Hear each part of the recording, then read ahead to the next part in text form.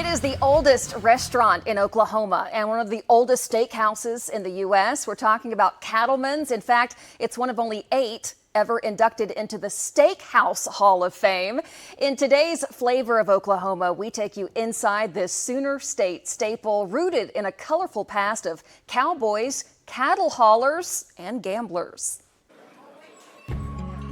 You're not just running a restaurant, but you're carrying a torch. It's a torch that's been burning for 114 years and counting at Cattleman's Steakhouse, a rite of passage for locals and visitors, serving up sizzling steaks in the heart of Stockyard City since 1910.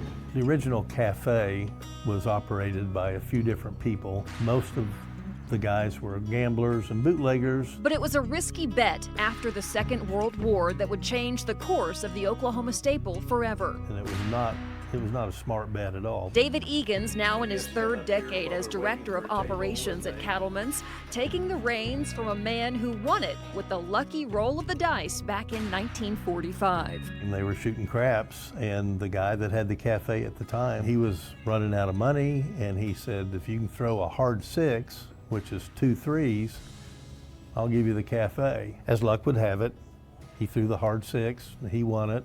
Odes to the double 3 can still be found throughout the restaurant, adding to the legacy of a place that regularly draws in celebrities, cowboys, good food and get my hands clean, and politicians. Our customer base probably has about the most diverse clientele anywhere you could ever find. You could never put a business together and say, all right, the governor's going to come in at lunch in a suit, sitting right next to a farmer that eats out once or twice a year for his anniversary and maybe his wife's birthday. And you can expect just about every seat in the house taken, whether it's breakfast, lunch, or dinner. Right here we got our sirloin strips and our large fillets. It's all about time and letting the steak cook.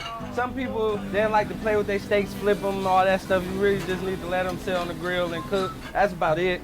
And the seasoning is from grill straight to the plate, au jus, we sell. Fast-paced, fun, and actually anything more. But it's not just the steaks bringing in big business. It's not the world-famous lamb fries either, though Cattleman's does go through 60 pounds per day.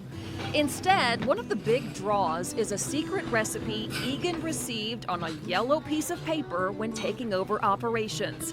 The house dressing that only a few people know how to make.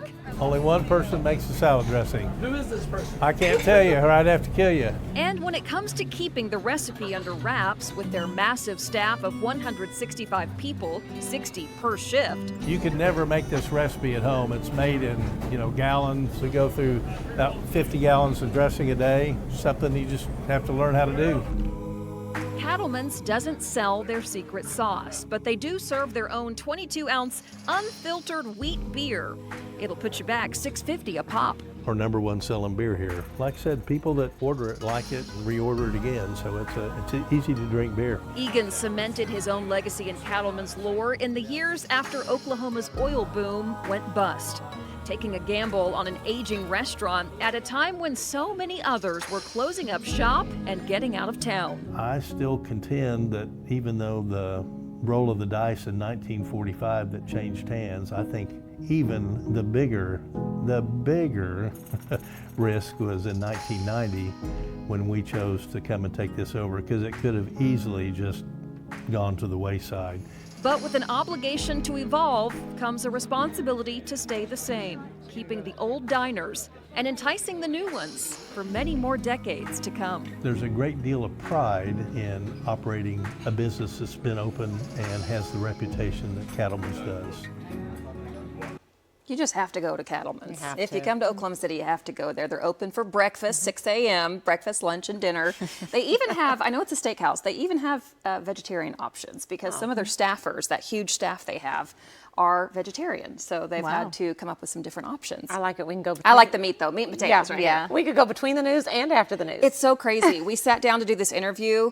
There were only a couple people in the restaurant. Yeah. By the time we finished the interview and came out, the lunch crowd, there was not a single seat that was not taken. No, if you go for dinner, it's the line around. I remember seeing a long line outside before. Right in the heart of Cowtown. I love that. I know. Yeah. Now I'm hungry. Okay, let's go. You buying?